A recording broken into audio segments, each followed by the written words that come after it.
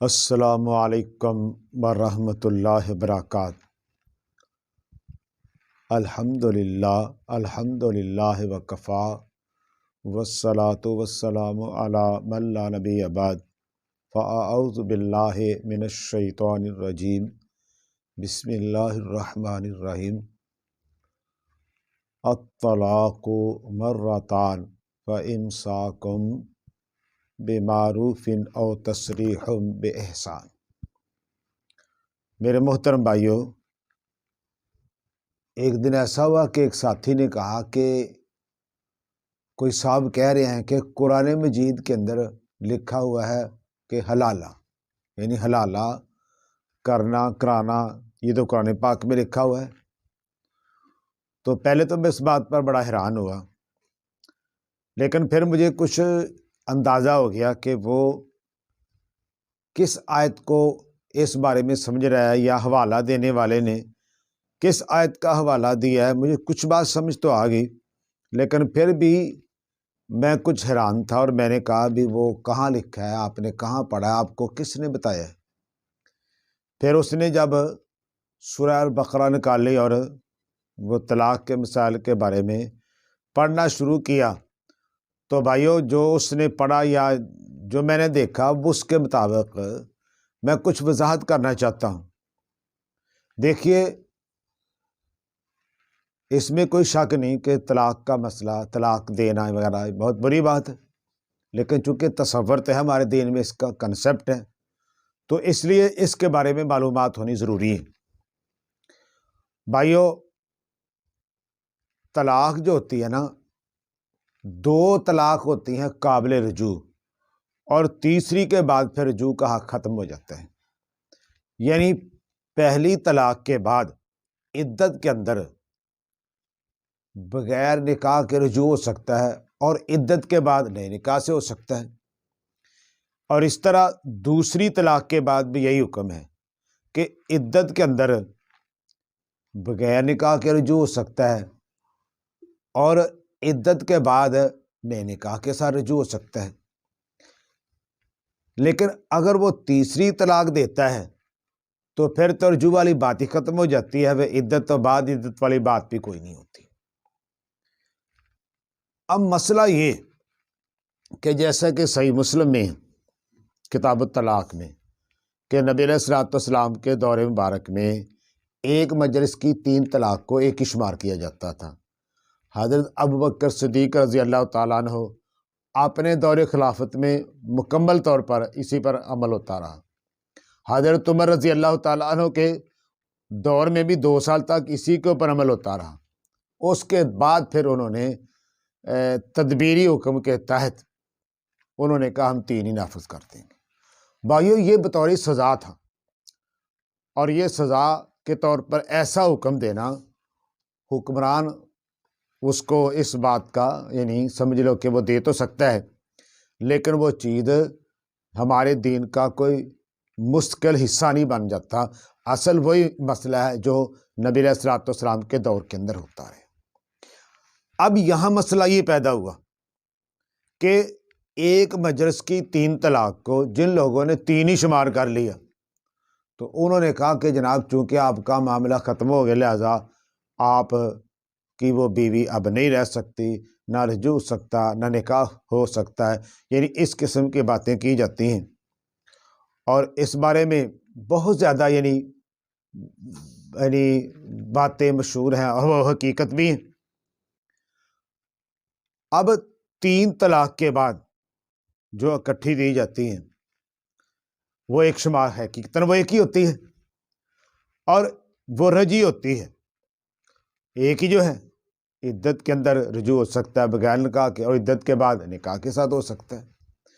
اور جن لوگوں نے ان کو 3 ہی شمار کر لی ہے، حالانکہ 3 شمار کرنے کا تو کوئی نہیں، یہ تو کسی کی رخصت یعنی سلب کرنے والی بات ہے، اور کسی کو بھی یعنی 3 طلاق ہر چیز کی اللہ تعالیٰ کی حکمت ہے۔ 3 بار طلاق کا مطلب یہ ہے کہ ان کو سنبھلنے کا موقع دیا جائے، اپنی اصلاح کر لیں، گھر اجڑنے سے بچ جائے۔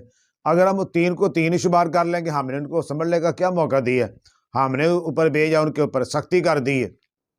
اس لیے وہ ایک ہی شمار کریں گے، مسئلہ سیدھا۔ اور اگر ہم 3 ہی شمار کر لیں تو پھر کیا ہوگا؟ پھر یہ ہوگا کہ وہ کہے گا کہ جناب پہلے مولوی صاحب کہیں گے آپ کا معاملہ ختم ہو گیا ہے، آپ گھر جائیں، یہ کبھی رجوع نہیں ہو سکتا۔ تو اس میں پھر بعض لوگوں نے یہ ہیلا نکالا، انہوں نے کہ ایسا کو 8 دن کا کسی کے ساتھ کر لو، وہ دے دے گا وہ طلاق، اس کے بعد پھر تو نکاح کر لینا تھے، چلو اس طرح وہ مسئلہ حل ہو جائے گا۔ اور اس سے ان کا مقصد یہ تھا کہ وہ جو آیت ہے نا آگے، ایسے الطلاق مرتان کے آخر میں جا کے کہ حتی تنکحا زوجن غیرہ، اب وہ حلال نہیں ہوگی جب تک کسی اور سے نکاح نہ کر لے۔ بھائیو اصل میں وہ یا کہ وہ تیسری طلاق جب وہ الگ الگ دی جائے، تینوں طلاقیں اگر بندے نے الگ الگ طور پہ دے دی، اس نے ایک طلاق دی تو طلاق کے بعد ان کی کبھی صلح ہوگی، پھر کچھ سال 2 سال گزرے، کچھ 4 سال گزرے، پھر لڑائی، اس نے پھر طلاق دے دی تو پھر صلح ہوگی، پھر انہوں نے رہنا شروع کر دیا، کوئی 2-4 سال گزرے، پھر لڑائی ہے، پھر طلاق دے دی۔ اب یہ اس نے 3 طلاقیں الگ الگ دی ہیں، اب وہ جمع نہیں ہو سکتے۔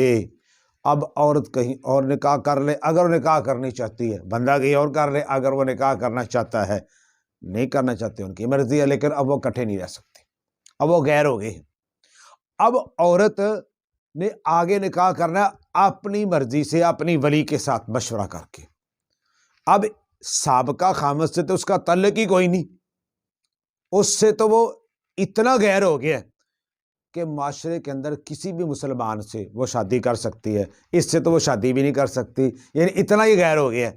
اب اس کے مشورے کی ضرورت نہیں کہ اس سے کر پھر واپس آ جائے گی، وہ اپنی مرضی سے وہ سرگودا کرے، فیصلہ آباد کرے، سیالکوٹ کے، اس کی مرضی، بندہ بھی جہاں مرضی کر لے۔ اب وہ آگے نکاح کر لیتی ہے۔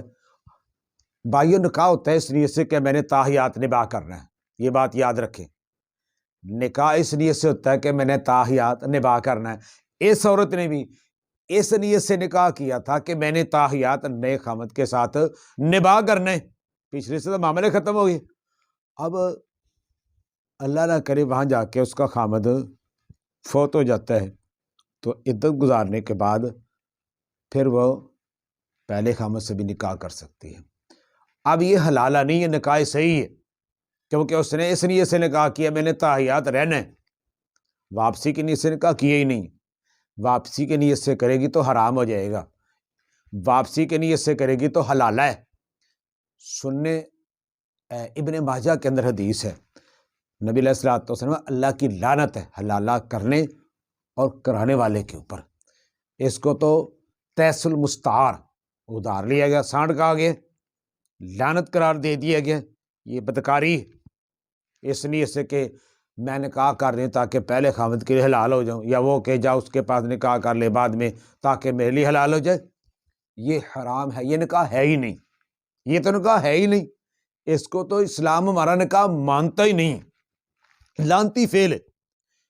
اس نے نکاح کیا ہے کس نیت سے کہ تاحیات میں نباہ کرنا ہے، آگے طلاق ہو جائے، وہ فوت ہو جائے، اس کی قسمت ہے، تو اس صورت میں پہلے خامد کی طرف آ سکتی ہے۔ اصل میں یہ تھی وہ چیز جس کو کسی نے اس کو کہا بھی اللہ معاف کرے قرآن کے اندر حلالہ لکھا ہوا ہے، تو قرآن مجید کے اندر حلالہ کہیں نہیں لکھا ہوا۔ ہاں قرآن مجید کے اندر نکاح صحیح کا ذکر ہے، اور وہ جب 3 طلاقیں الگ الگ ہو جائیں اس کے بعد پھر وہ جہاں مرضی شادی کر لے، وہ بھی جہاں مرضی شادی کر لے، تو اس کے بعد اللہ کے مسئلہ کہ دونوں نے اس نیت سے کیا ہوتا ہے کہ میں نے تاحیات نباہ کرنا ہے۔ تو بھائی کسی چیز کو خلط ملط پیش کرنا یا غلط انداز سے پیش کرنا، اس سے بچنا چاہیے، اور جو صحیح صورت ہو اس کو واضح کرنا چاہیے۔ بس آخر میں گزارش کہ اس معاملے کے اندر نکاح ہے، طلاق ہے، رجوع ہے، ان معاملات کے اندر کچھ باریکی تو ہوتی ہے، لیکن سمجھ بوجھ رکھتے ہوئے سوچ سمجھ کر قدم اٹھانا چاہیے، چلنا چاہیے، بات کرنی چاہیے، بغیر سمجھ کے بغیر سوچے ان معاملات کے اندر بات نہیں کرنی چاہیے۔ ایسا نہ ہو کہ خواہ مخواہ ہم بات کر کے جس کا پتہ نہ ہو گناہ گار ہو جائیں، خطا کار ہو جائیں، کسی کو غلط مشورہ دے دیں۔ تو بہرحال یہ کہ پہلی طلاق کے بعد رجوع ہو سکتا ہے، عدت کے اندر بغیر نکاح کے، اور عدت کے بعد نکاح کے ساتھ، دوسری طلاق کے بعد ہی ایسا ہوتا ہے، اور تیسری کے بعد پھر معاملہ ہمیشہ کے لیے ختم ہو جاتا ہے، وہ جہاں مرضی جائے، وہ بھی جہاں مرضی جائے۔ اب ان کے واپسی کی کروڑوں میں ایک آدھا کیس ہوتا ہے، ورنہ واپسی کی گنجائش نہیں ہوتی۔ وہ نکاح صحیح کرتا ہے آگے، اس کو حلالہ کسی بھی صورت میں نہیں کہا جا سکتا۔ وما علینا الا البلاغ۔